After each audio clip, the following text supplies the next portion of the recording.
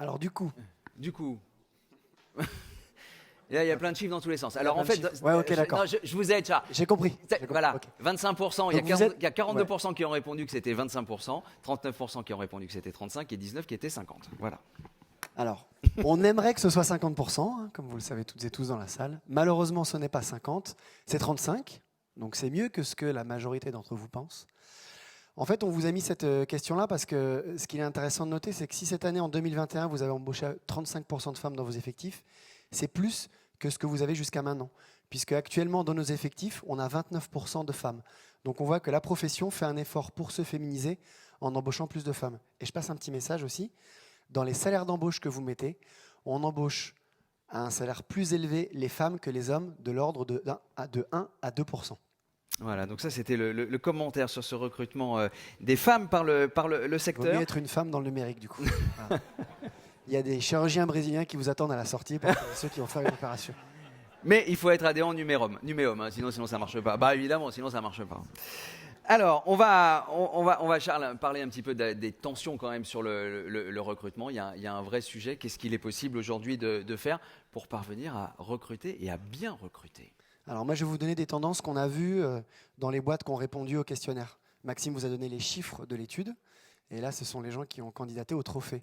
Donc ce qu'on peut noter, d'abord, nous, on voulait féliciter toutes les entreprises qui ont pris des initiatives de reconversion vers les métiers du numérique. Ça permet de gonfler leur pôle de salariés. Et aussi et surtout, ça leur apporte des candidats avec des parcours très variés qui sont hyper enrichissants pour nos boîtes. La grande tendance qu'on note, en fait, si on veut regrouper ça en une grande tendance, c'est qu'en 2021, vous avez beaucoup œuvré pour l'adaptation du processus de recrutement, l'individualisation en fonction des attentes des candidats. Il y a 2 ans, en fait, c'était vous qui dictiez comment allaient se passer les entretiens, ou il y a 3 ans. Aujourd'hui, ce n'est plus le cas, c'est plus nous. C'est les candidats qui nous disent qui ils veulent rencontrer, quand, si c'est en physique, si c'est en digital. Et c'est surtout eux qui décident de venir si et seulement si le projet que vous leur proposez les intéresse réellement. Voilà ce qu'on peut noter en tout cas. Ça veut dire quoi? En résumé, ça veut dire que c'est une individualisation aujourd'hui du process sur le recrutement? Ouais, en fait, aujourd'hui, dans les entreprises, il y a une réelle individualisation, comme tu le dis.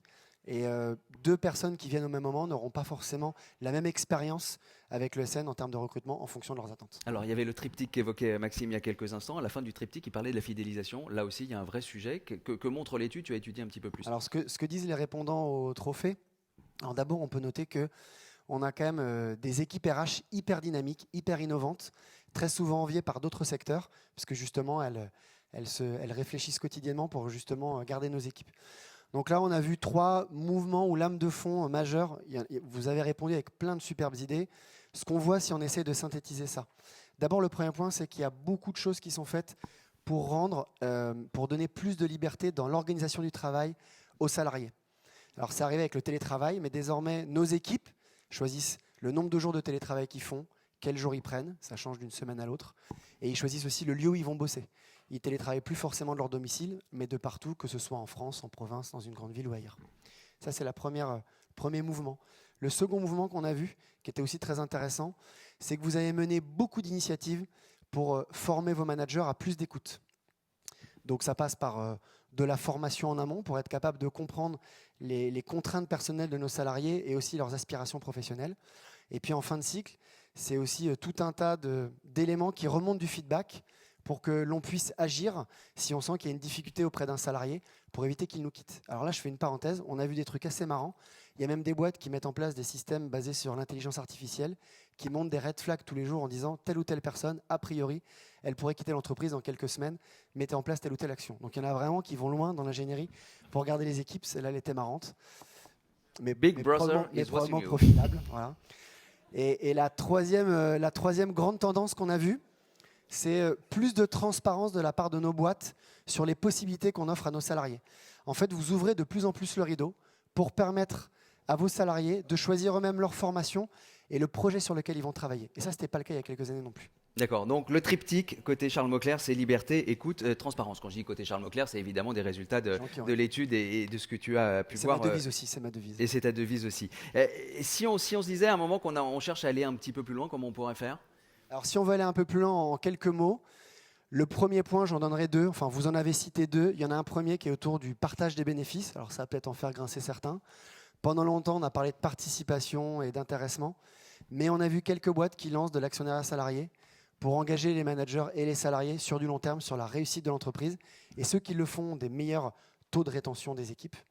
Et le deuxième point, c'est la quête ultime, on en parle depuis des années, ce n'est pas toujours simple, c'est d'apporter du sens au travail de nos salariés.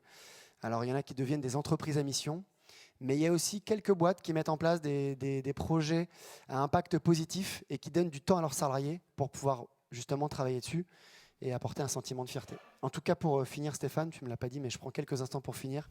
Nous, chez Numéum, on est convaincus qu'on peut s'améliorer sur la rétention de nos talents et on pense que pour le faire, on doit être à l'écoute de ce qui se passe autour de nous, à l'écoute de nos salariés et puis tenter et explorer de nouvelles choses qui seront les différenciants demain pour vous sur le marché de l'emploi. Voilà. Merci beaucoup Charles pour ce commentaire. Oui, ça s'applaudit, cette analyse et commentaire.